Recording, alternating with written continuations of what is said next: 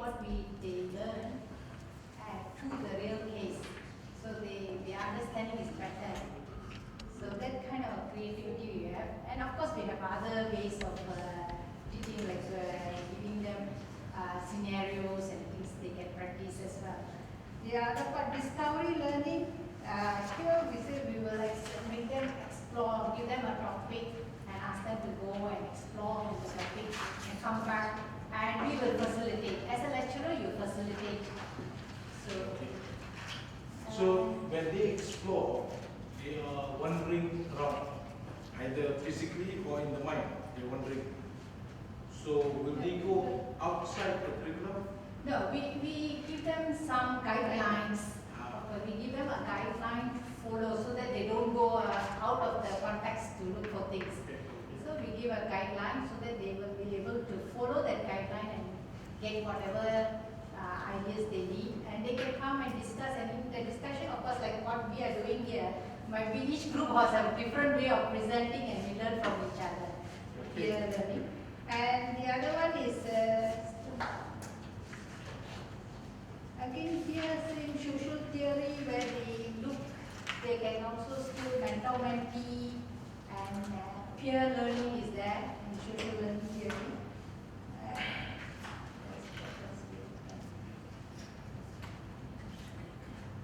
Curriculum, we are still a bit very big on what we were looking at. We are not sure exactly where.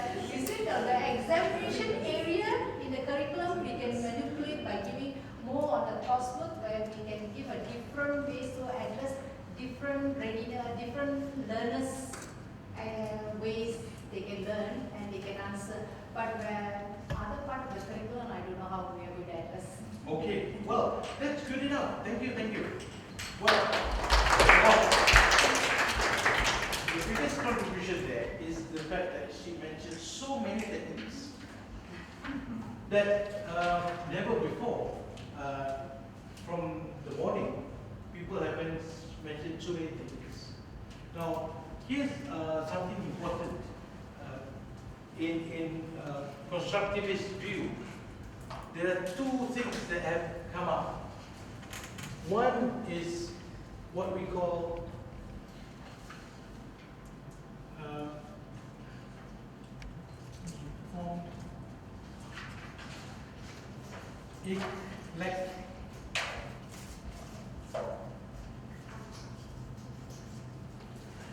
eclecticism came out in the language of learner-centered teaching. And then, when constructivism came, they talked about informed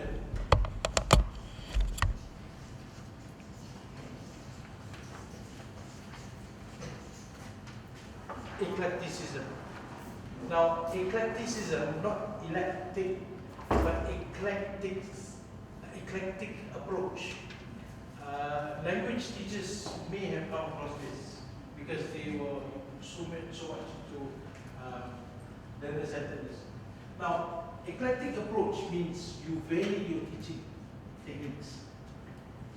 Then when people talk about, no, they learn differently, so you vary not just because you like it, not just to make it interesting, but depends on the needs.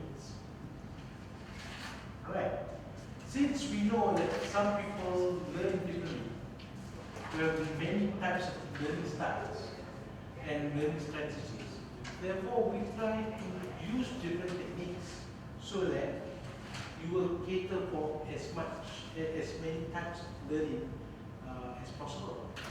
So this is the idea. We call it informed eclecticism, right? So when Mageswari mentioned so many, that's what she probably meant, because she related it to the students' needs. This is what we call it. Now, there was also a mention of collaboration and how students will need to be assessed differently. Right? That's part of the curriculum, your assessment system. Now, People talked about authentic teaching. In the old days, they talk about authentic materials. In TESOL, they talk about authentic materials. Then they talk about authentic activities. Some even talk about authentic assessment. You see, for example,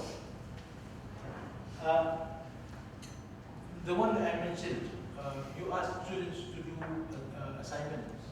Then you never do assignments in real life. You ask them to do exams. Do you ever sit in isolation and write at length and not let other people see what you're writing? It's set apart from the exams. So these are unauthentic kind of activities that we do, and assessment also. So the idea is authentic assessment needs different types of assessment. So when you vary the learning assessment tools, that's what we're trying to get at, right? Yes. This is what I dream of. When I came over to AU, the president said, why don't you propose something to make our assessment better? Then I proposed that we give a choice. Somebody can write a report, or somebody can be interviewed. You can have oral assessment, written assessment, on the same day. Nice enough. But he said it wouldn't work. But it's what I dream of. It's authentic assessment. And there's this element of choice. You like being interviewed rather than, writing. Or probably you want to give a presentation. You'll be assessed on the presentation. Why not? But there must be some parallelism between somebody writing an essay and somebody presenting. To the point that if you got an A from presentation and your A from your assignment, they have to be of equal standard, or else it doesn't work. So you will speak too complex, never mind that. But the idea was there. So anyway, now good, thank you. Okay. Then we go that way.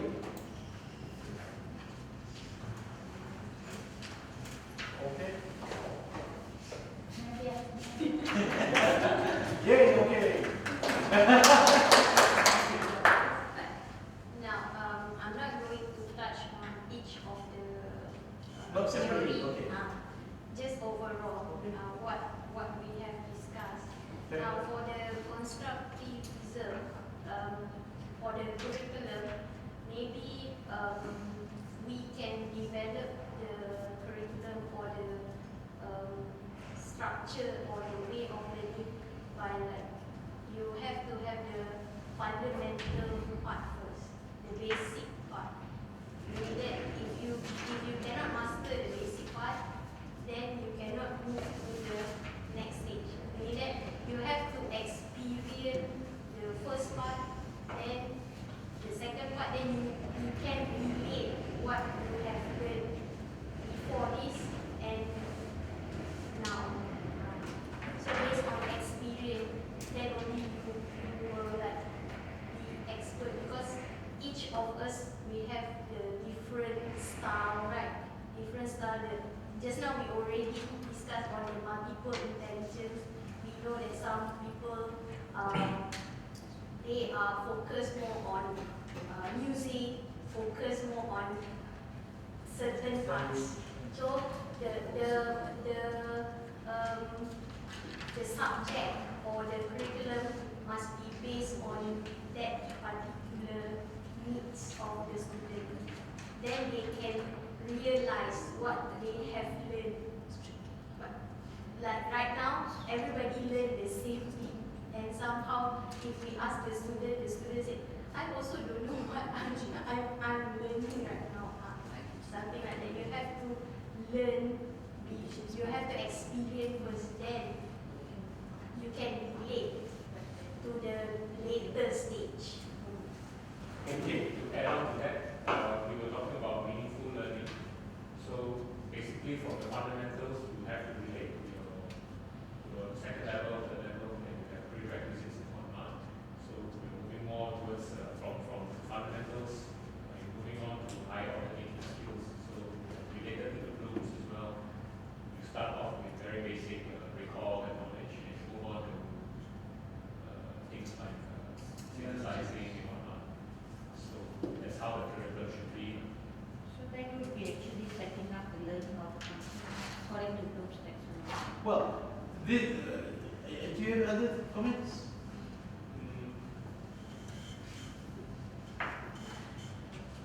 slipped my mind. Okay. Well, Nadia's explanation, I think what we can gather from that is the fact that she's talking about mastery learning. Means you have a progression, okay? But to have a fixed progression means what you're saying is that you have to have standards. This is getting close to the one I wanted, the curriculum. In fact, standards-based curriculum is what we're talking about. Now, just to give you a rough idea, today, according to NQA, okay, you have a program fixed by content, okay? Meaning, accounting students, they will learn auditing, what else? Tax, taxation. Okay, tax.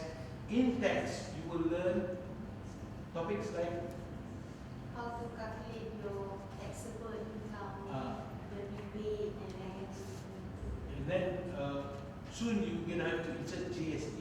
yeah. Now, these are contents. These are contents that they have to learn. It's not about standards. Okay, I'm not sure about other areas, but for example, nursing, it's difficult to give examples of things I'm not really sure about. But when we talk about standards, we talk about what they should be able to do rather than what they should know. So, for example, language, for example, is something familiar to me. Students should be able to write an argumentative text or to argue for and against certain ideas with certain sophistication or using certain types of convincing language. That is a standard. What they learn doesn't matter because they are different. They have different prior knowledge. They may have different context. So when you, as a teacher, are teaching them, you might use examples from, let's say, argument, let's say an argument about who should be MD of Solomon. Or you can have a debate about what caused the problem of water in Selangor.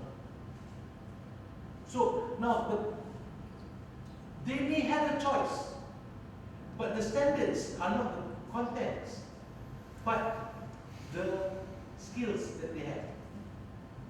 So they will actually focus on the achieving the standards. Now, in that sense, you will have defined multiple standards, and students may climb up that standard. Some will go very high, but you have a minimum, the passing minimum. So this idea was taken by Bestari School in Malaysia, Sekolah Bestari. If you check the Sekolah Bestari, they are based on standards curriculum, standards-based curriculum. They have 3 levels. They have a minimum, they have a second level, then they have a third level. So if you are capable of pushing yourself to a higher level, this is where you're supposed to be heading. Then even higher is another level. They have defined it already. That's the way it should be. And we are not doing it in universities.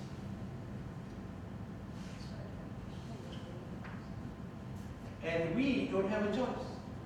We have to take 120 credits and specific subjects, 42 subjects. And within 3 years, what if you fail one paper, you have to resit, or you have to redo the whole semester, and so on. So it's very, very regimental in Malaysia, even at tertiary level. Okay, thank you.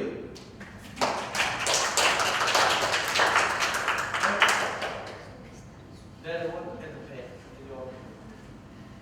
Do again? No. Oh no, okay. Okay, I think I'll go like flash about the curriculum part. Hey, you presented already, huh? Never mind. Okay. So we are focusing more on the situated learning. Okay. So whereby I think only for grants in any university, they have one curriculum, one unit they call as practical or industrial training. They present all the final students to have a training at the real working place. So I think that is one aspect of authentic learning. They have to take all the theory into practice. They need to apply practically. Okay, all the things that they learn. Or in education, we have like like practical teaching, where they need to teach the certain age group at the place. Okay, so that is one of the things that we apply in the curriculum. And I think I would like to add some of the teaching techniques, okay, whereby in the biology they emphasize on the use of scaffolding just now. Okay, when we know that scaffolding is we give guidance based on the level of the performance of the students. For example, like the student is the year 1, okay, so might be will give more direct instruction to help them to understand, and later when they better or they expert, okay, we are going to give less guidance so that they will learn independently. Okay, good. Now, that idea about what was your first idea? Internship. Yeah, internship. Now, internship. A lot of universities are now changing their curriculum to add in more internships. Even some of them will probably introduce the first internship early, and then they will come back to learn, and then go into internship again. Nursing is one. How many internships do you have? We start the first semester itself. Yeah. Then they go for internship, open their eyes, and then they either leave the program if they don't. They change their minds about becoming nurses. Usually they all like more motivated. Really? They get more motivated to continue after the internship. Thanks to the university. So, and then they come back. You see, they already seen knowledge in application first. Then they get the knowledge. Then it's back and forth between knowledge and application. That's because the worry is always in every profession. The worry is the application of knowledge. Because in the old days, we were too concerned with theories.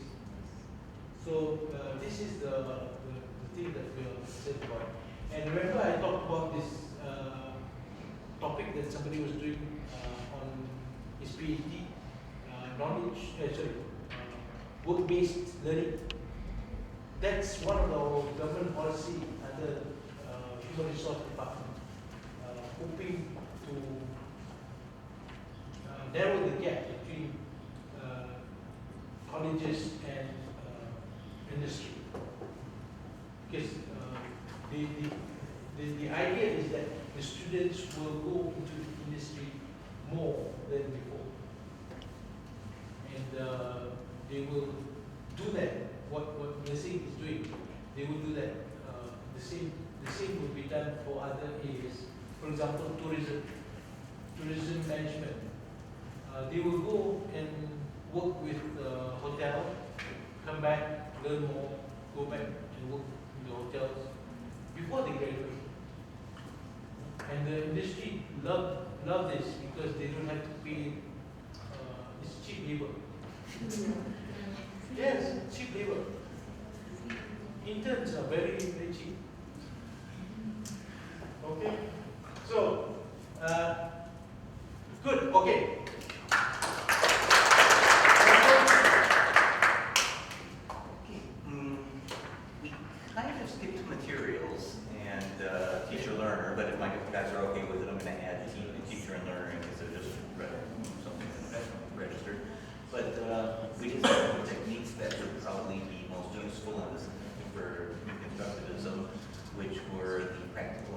exercises, because then it's authentic. When it's a practical exercise in the environment that learning is targeted to expand the student into, then they will be able to execute that in an environment, and it would be an authentic activity at that point. Also, that any theory that is taught in the course, like, there has to be some practical, where it's the execution of that theory.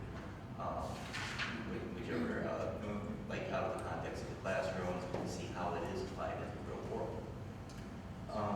For teacher and learner, like, Vygotsky actually, like, stated it directly as the more knowledgeable others. That would be the role that the teacher, or in some cases the peers, and technical assistants, in the case of a practical application, would be.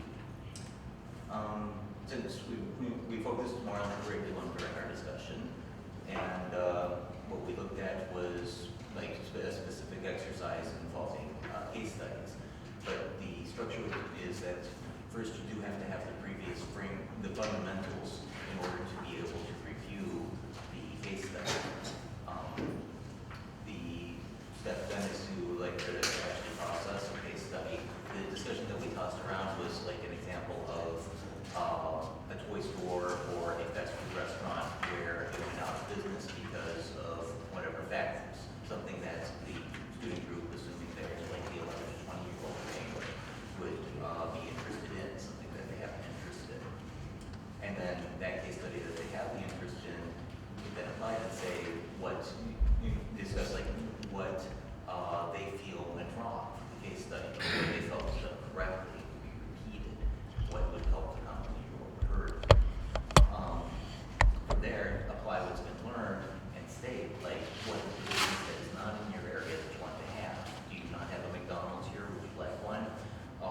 How can you take what's been learned from that case study and tell them that if they bring a restaurant in, this is what they would achieve, and then send that letter to them. And actually send it to the company itself, making the whole exercise something authentic that they're motivated by, has a potential for reward. Okay, good. Okay, a lot was said there. Soon I'm going to wrap up. I will conclude these comments. But very important parts there: authentic learning, and also the idea of something you mentioned. Hold on. Too many things. Can you mention some of the words again? Sure, from curriculum specifically, or? The previous fundamentals need to be taught in order to proceed. The progression. Right. Yes.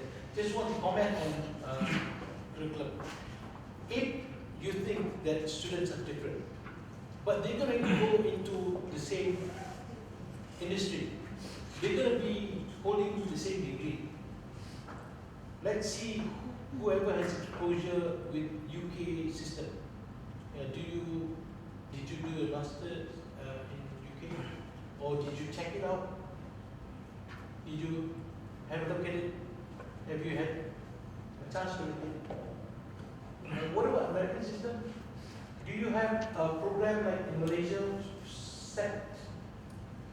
Where it's a set curriculum by the national authority? Yes. For degree. For degrees. There was some sort of review agency. There is an accreditation agency. I'm not sure. Will there be any choice for the students? Students get to choose, like, there is a fixed structure, then there's all these classes that fit into each structure, then you basically choose whatever classes that fit into, say, major classes, for electives too, you know. Generally, it's like this. If you want to take business administration degree, you're going to take 6 subjects from this faculty. Choose the 6. 8 subjects from this faculty. And then the rest from this faculty. That makes your degree business admin. If you do management, then the composition will be different, but still you choose. So the choice is not really just open choice, but based on the department's survey. The bigger part here makes your EP fall into, it becomes business admin or management, that kind of thing. So accounting and finance, for example, you may go into accounting differently or finance differently based on the composition that you choose. In Malaysia, it doesn't exist. It's fixed. In fact, each one will be by semester. Right. And it's like fixed, and you don't have a choice at all. So this is the idea.